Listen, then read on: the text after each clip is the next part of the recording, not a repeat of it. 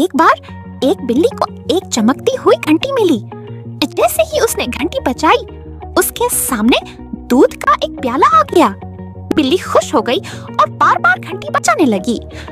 जल्द ही उसने इतना दूध पी लिया कि वह बीमार हो गई। उसने सीखा कि हर चीज हद में अच्छी होती है, लालच नुकसानदायक होता है।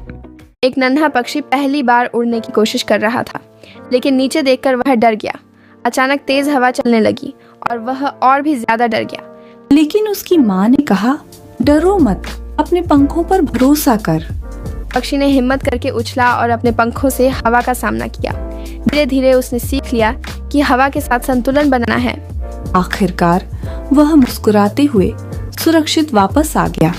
सीख, हमेशा खुद पर विश्वास रखो।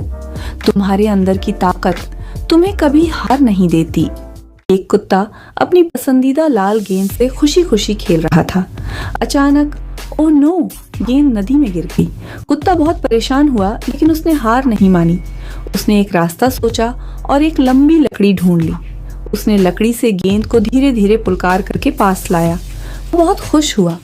सीख, जब भी कोई समस्या आए तो इसका हल जरूर ढूंढो।